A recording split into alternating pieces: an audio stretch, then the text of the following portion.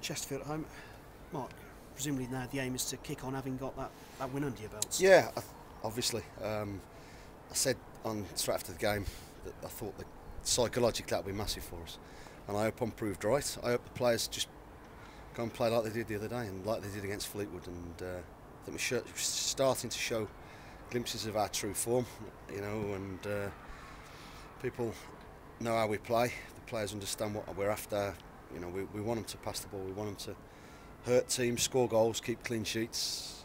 But Tuesday and Saturday was a real good step in the right direction, and as you say, hopefully we can build on that. And managers always want more. Do you now want a run and clean sheets? Oh, of course I do. Yeah, we haven't kept a clean sheet in 7 games, and I'm desperate for one. The players are desperate for one. But the harder we work, the more likely is that to happen. We conceded a soft goal on our part from where it came from the other day.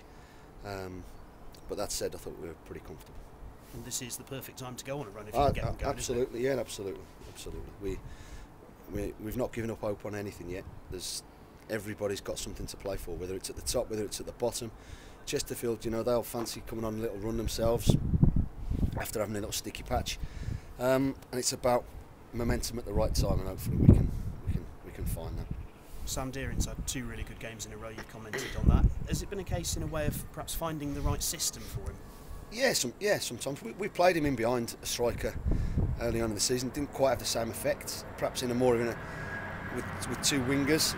But I think at the moment, with the personnel that we have in the team, well, certainly for the last couple of games, I think it's really suited him and really allowed him to flourish, allowed him to create some real quality football for us, and really show his true colours. Do you feel that you owe Chesterfield after what happened in November? Yeah, we always owe Paul Cook. Never mind Chesterfield. He's got the voodoo over me, I think. So it's going to be tough, whether they go back to 4-5-1, 4-2-3-1, whatever he plays, or they stick with 4-4-2. We know we're in for a tough game. They've had a little sticky patch, like I said, but they had a fantastic win on Saturday. They got some real good players, and it'll be a tough game. And when you're looking to get a bit of payback on a team, does it help that you've got a few new faces in as well? I don't know, a little bit. We were poor that night. We were poor the game before. We were poor that night. The team there'll be a few changes from that particular Tuesday night game up there. We didn't do ourselves any favours at all, letting some bad goals at some bad times. And we're not a team who seek revenge, but we can always, keep that in the back of our minds should we need it at some stage. I suppose it's more a point to prove, isn't it? Yeah, well, you can't do anything about what's gone on, but you can certainly affect things ahead of you, and that's all we'll be trying to do. Look forward to taking the game to them. Look forward to doing things a damn sight better than we did up there. You'll have done your scouting. Jack Lester, Chesterfield's top scorer. I mean, for a veteran still to be doing it as he is, that's very impressive, isn't it? Yeah, I mean, I don't know if he'll be playing. He didn't play on Saturday at Dagenham. I think he had a bit of a virus, so I'm led to believe. Whatever team they put out, they've got some good players. Mark Richards, Joe Shea, Togwell in the middle of the park, the 2 centre halves, the right back bombs on more than any right back in the league. You know, we know they've got strengths. We know if we can get the first goal, we've got a chance. We've just got to take care of ourselves. Try and play like we did for the last couple of games, and if we do that, like I said, we can give anybody a game. Injury-wise, how's the squad? Oh, we're okay. I think a few bumps and bruises from the other day. Sammy, Stevie again, but nothing that will stop anybody from being available for selection. And Darren's ankle okay? Yeah, I think so. He just rocked it. He's not reported anything that he won't be available. So I'm hoping to have a full squad. Thank you. Good luck. Pleasure. You get on quite well with Paul Cook, don't you? Despite recent results, so you go despite the fact he always beats me, and I get on. Yeah, Cook is a great lad. I've known him for a long time. He gets his team playing decent football,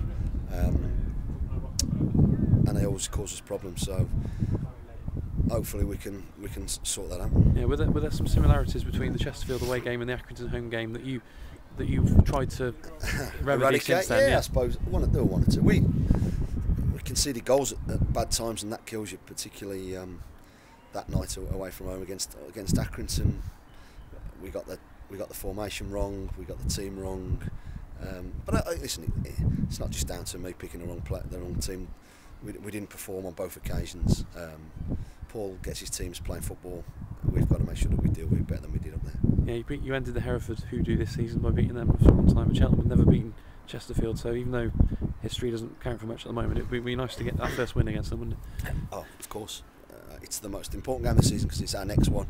We always look forward, we always look to that next game, and on the back of a good win on Saturday, it's important that we've been talking about it for a little while now, try and put 2 or 3 wins together.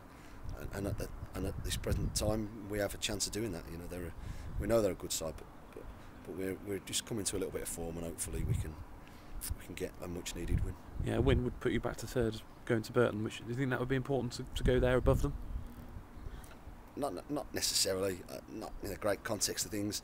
I think there'll be lots of ups and downs over the next 10 games for everybody. You know, Port Vale have just lost the last 2. I think Gillingham lost the previous one and drew Saturday. No one's guaranteed anything at the moment, and I really believe that. I think you've just got to take care of yourselves. It doesn't matter when you get there, where you are in the table right now. Just your next match is the most important, and that's what we'll try and do. We'll try and freshen the boys up today. Just get them moving again, get them back into it.